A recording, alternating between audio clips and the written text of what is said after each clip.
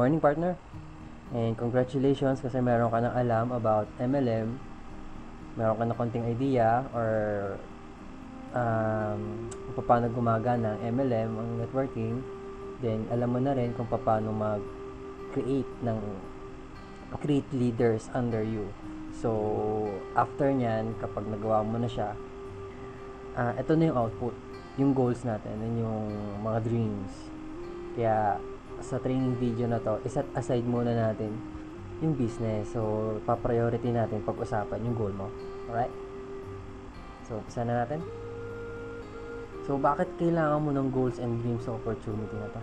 Simple lang. Dahil yung goals and dreams mo, yun yung road to success. Yun yung parang finish line. Siya yung parang nagbibigay ng ilaw sa madilim na kalye. Siya yung parang end point ng iyong paghihirap. So, kung wala kang dreams, ganito yung itsura niyan. Hindi mo alam kung ano yung road to success mo. Hindi mo alam kung saan ka pupunta. Kung papunta ka sa bagsak, or papunta ka din sa kaliwa, or papunta ka din sa mas magulo. Dapat meron kang goals and dreams para nakafocus ka lang dun sa daan, papunta dun sa goals mo. Okay? So, ano ba yung mga pwede or dapat na goals and dreams mo? Hindi naman masyadong mahirap ang pagkakaroon ng goals and dreams. Kaya kung ikaw, meron ka ng edad, or nagtatrabaho ka sa isang kumpanya na mababa ang sweldo, or bata ka pa lang, it doesn't matter. Parang ang goals and dreams, wala yung pinipili. Kahit anong edad ka, kahit lolo ka na, kahit kalbo, kahit bungi, pwede ka pa rin magka-goals and dreams. Kaya ano ba yung dapat na goals and dreams mo? So, kuha ka ng papel para mamaya ililista mo na lang siya, or mamaya iso-search mo na lang kung saan siya pwede makuha. So, back to the topic tayo. Ano ba yung pwede mong goals and dreams? So, yung goals and dreams mo, dapat siya ay realistic, makatotohanan. Hindi pwede yung papunta ka dun sa success mo na, for example, ang goals ko, gusto ko magkaroon ng pakpak para makalipad ako. Hindi naman pwede yung partner. Dapat makatotohanan na nangyayari. Kung ikaw ay lalaki, kung gusto mo mag-teleport, hindi naman pwede yun. So, kung ikaw naman babae, gusto mo maging dolphin, hindi rin pwede. So, yung goals and dreams natin, dapat realistic yung mangyayari at yung ating mahahawakan at nakikita. Okay? So, it should be realistic. So, pagdalawa is prioritize your goals and dreams with your family and ikaw. Kung mapapansin nyo, may only. Kaya ako siya nilagyan ng only kasi wag mo i-allow yung sarili mo na magkaroon ka ng goal sa isang tao na hindi naman permanent na mapupunta sa'yo. Yun yung moral ng story. Yun yung pinaka-moral or pinaka-natutunan ko. Huwag kang magseset ng goal sa isang tao na hindi mo naman talaga sigurado na permanent na mag-stay sa buhay mo. Kasi kung ginawa mo yan, once na umalis yung tao na yun, sira na agad yan. Parang magkakaroon ng lubak-lubak yung daan papunta sa goals mo. So, yung goals and dreams mo, priority mo dapat yung sarili mo at yung family mo. Okay? So, ang sunod, no harm to other people. Instead, it can help them. Huwag mong yung goals and dreams mo, huwag mo naman yung masasaktan mo yung kapwa mo tao or makakasakit ka ng tao. For example, pag yumaman ako, tatanggalin ko yung mga bahay doon, papatayo ako ng mall. So, parang nangyari noon, yung mga taong nakatira doon, tinanggalan mo sila ng bahay. Pwede siya, kaya lang, instead, makatulong or papagawa mo sila ng tirahan. Dapat pag ganun, may kapalit, pag may harm, huwag kang gagawa ng goals and dreams na makakasakit sa kapwa tao or makaka-harm ka din sa kalagayan nila. Okay? So, ang sunod, yung goals and dreams mo is dapat yung gustong-gusto mo, yung dinedesire mo talaga sa buhay mo. So, yung goals and dreams na dapat mo i-desire is yung gusto mo, maging specific ka. Kung gusto mo ng malaking bahay, gusto mo na may swimming pool yung bahay mo, gusto mo ng malaking kotse, so yung mga ganun yung desire mo. Gusto mo mahaling alahas, mas malaki pa sa malaki pa sa cellphone mo. So, yun yung mga desire. Kailangan, gustong-gusto mo talaga yung mga goals and dreams mo. At saka, gustong-gusto mo talaga siya makuha. Excuse me. So, yan. Yung goals and dreams mo, dapat, desire mo. Matagal mo na gustong makuha. Okay? So, yung sunod ay, goals and dreams that will make you very happy. So, simple lang siya. Yung goals and dreams mo, dapat magiging masaya ka. Hindi yung goals and dreams mo, magiging malungkot ka or masisira yung buhay mo. Dapat magiging masaya ka. Okay? Na pag nakuha mo siya, parang ikaw na yung pinakamasayang tao sa buong mundo, ikaw yung nanalo sa loto. Alright? So, yun yung dapat na goals and dreams mo. Una, realistic siya. Pangalawa, kasama yung family mo, prioritize mo siya sa family mo, tsaka ikaw. Patatlo, hindi ka makakasakit, hindi ka makaka-agrabyado ng tao. Pang-apat, ang goals and dreams mo talagang dinedesire o ginugusto mo talaga. Pang-lima, yung talagang magpapasaya sa'yo. So, pagkatapos ng video na to, ilista mo na agad yung mga goals and dreams mo. Kung ano yung dapat specific siya dapat para search mo mamaya siya. If may time, i-search mo siya after talaga. It's a must para makikita mo talaga yung success mo. So, types of goals and dreams. There are two types of goals and dreams. Ang una is short-term goals, and ang pangalawa, yan yung long-term goals. Ano ba yung short-term goals? Ano ba yung mga nandiyan dyan? Ano ba yung mga goals na pwede natin gawing short-term? So, these goals are reward from your small achievements. These types of goals likely known as new cell phones, cameras, travel trip, or simply a family trip. So, yan yung mga short term na short time mo lang siya makukuha in short period of time. For example, in 2-3 months, in 6 months, ito na yung makukuha mo. So, siya yung mga short term goals na bibigay mo sa sarili mo as achievement or as a trophy. So, kailangan mo rin ng trophy para sa sarili mo sa mga effort mo.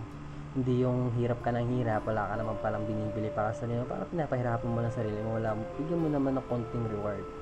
Alright, so yun yung short-term goals. Ang long-term goals naman natin is ito yung, these goals are your dreams. Most of these long-term goals are luxury items, new big house, expensive cars, family treats abroad, and many more. So, ito yung mga dreams na natin. Ito yung mga mamahalin. Ito yung mga nakikita na natin sa TV na magaganda yung bahay nila, na marami na silang napupuntahan. Dahil ito yung mga long-term goals, dito natin makikita yung mga 2 to 3 years natin na paghihirap. Okay? So, yung long-term goals is yung matagalan mong goals na makukuha mo talaga dahil kita mo naman dun sa network. Kasi pinaliwanag natin dun sa dalawang video na yung long-term goals mo, makukuha mo siya in 2 to 3 years, or kung talagang sobrang sipag mo, 1 year, okay na. Diba? So, yung short-term goals, siya yung short period of time, 1 to 6 months. Yung long-term goals, siya yung 1 to 2 years, 3 years, and so on and so forth. Okay? So, ano ba yung dapat kong gawin para maabot ko yung goals and dreams ko? So, ito yung mga magsisilbing fuel or gasolina mo para i-pursue or pilitin mo yung sarili mo maabot yung mga goals and dreams mo. So, kailangan mag-visualize ka. See? I-visualize mo yung sarili mo, tingnan mo yung sarili mo sa isang kotse, tingnan mo yung sarili mo sa isang malaking bahay, tapos palagi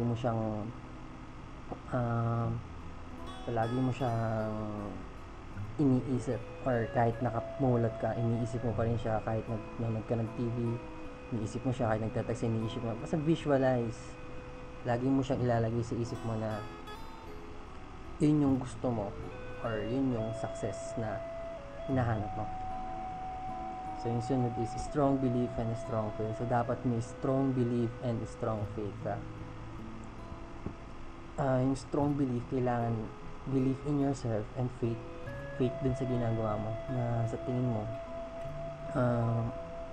magiging success ka sa ginagawa mo. Kailangan mo na talaga ng strong, kasi minsan meron kang hard times na pagdadaanan, mga problemang unexpected.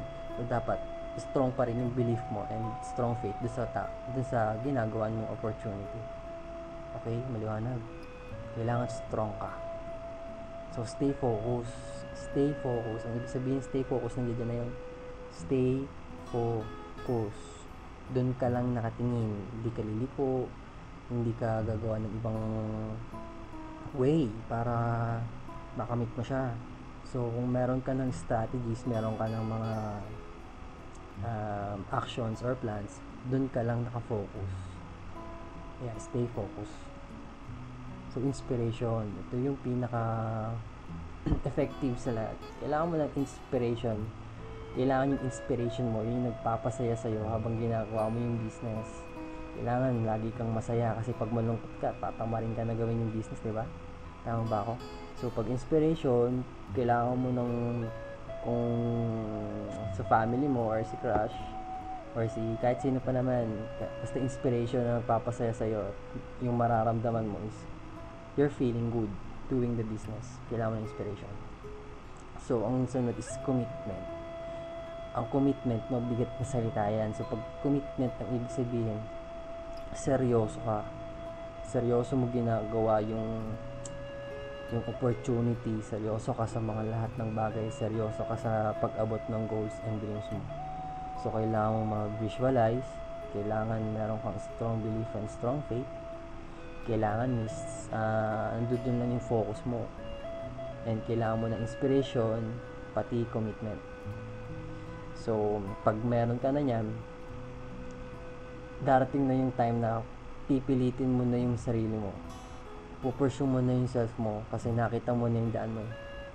Kung pipilitin mo yung sarili mo kahit ayaw mo, maisip mo lang yung goals and dreams mo, pipilitin mo gumawa. Pipilitin mo mag-business ulit. Okay? So, pag pinilit mo siya, mas lalo siyang lilinaw yung success road mo. Pursue yourself na magiging successful ka sa business na to kasi kung hindi mo itutulak yung sarili mo, hindi ka magiging successful dahil nasanay tayo sa fact na go with the flow. Yan. So, kailangan natin i-push yung sarili natin. Alright?